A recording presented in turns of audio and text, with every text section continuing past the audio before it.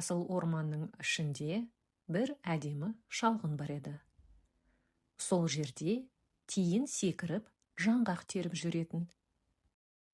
Ал көл жағасында ойланғыш бақа жай ғана отырып, айналасын бақылағанды ұнататын. Бір күні тиін: «Мен бәрінен жылдаммын, маған ешкім жетпейді», деп мақтанады.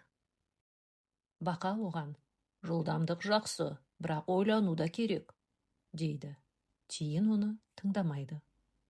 Кенет аспан бұлттанып, қатты жел соқты. Тиін жинаған жаңғақтарын жел ұшырып әкетеді. Ол абдырап қалады. Сол кезде бақа оған көмекке келеді. «Асықпа, алдымен ойланайық», дейді де, жапырақтардан кішкентай қалқан жасап, жаңғақтарды бірге жинауға көмектеседі. Жауын басылып, аспан шайдай ашылады. «Көмегіңе көп-көп рахмет саған, бақа». «Оқасы жоқ. Мен тек жылдам болу жеткілікті деп ойлаппын. Бірігіп әрекет етсек, кез келген қиындықты жеңеміз».